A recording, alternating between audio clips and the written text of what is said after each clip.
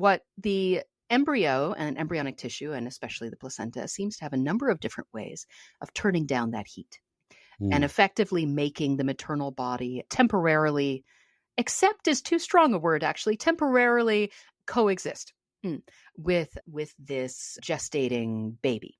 It's And an extraordinary thing, isn't it, for something in someone's body to be the function of two different beings, really, very right? much It's just sort so. of merge. I can't imagine any other scenario in which that might be the case. Ooh, no, I do actually have Okay, one. I can tell you. okay. Yeah, sure. Your intestines.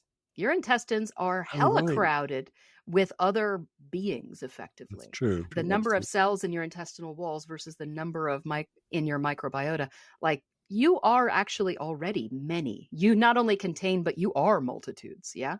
The boundaries of the organism are blurry. That's an increasing Mm, way that we think about biology, but maybe mm, that's a bit high minded to go into right now. But it is mhm. true, at the very least, that when it comes to how we do reproduction, we mammals, and especially we human beings, the placenta itself is both an invader and a collaborator, but I would say deeply a competitor. That's a thing that we don't often talk about because we have this idea of femininity as being this sort of warm, gentle, maternal cushion of love, that we're just kind of, we're here to cuddle. I don't know. I don't know what it is about female bodies, but we're here somehow to take care of others.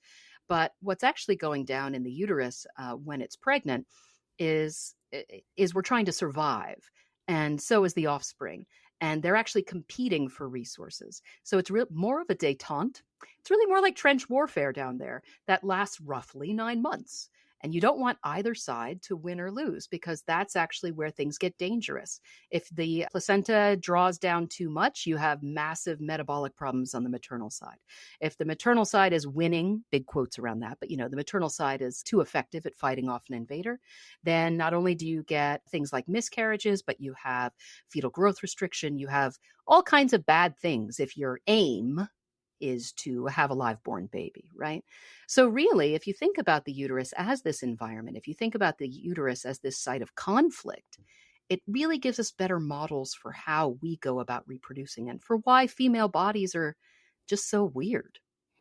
There, it's also, I mean, for me, it's always just been amazing. It's just sort of amazing that there's a human being inside another human being. But obviously, it's also amazing that only half the human race actually go through this ordeal. And it is very dangerous in so many ways. Yeah. Can you elude, and childbirth historically has been extraordinarily dangerous in ways that are hard to replicate elsewhere in the animal kingdom. Am I correct about that?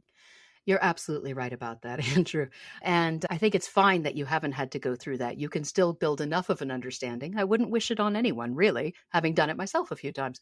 No, it's absolutely true that human reproduction is longer and more dangerous and more prone to crippling complications than it is for most other primate, except for the squirrel monkey, and we feel bad for her.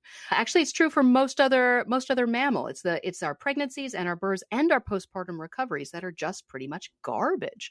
They're terrible. And the reason we don't notice that, of course, isn't just like, oh, sexism, wave the flag, sexism. No, no, no. I mean, yes, sexism, but no, mostly it's just that, well, we all go through it, so it must be fine. There are 8 billion people, so it must be fine. But no, no, no, no, no. This is actually terrible. Something can be normal and also be terrible at the same time. Um, Yeah. yeah, and the central The reason that pain, the agony that my sister went through, for example, mm, and I just and the fact that so many that it was could be fatal in a ridiculously large number of cases in the past before we had proper medicine to do that.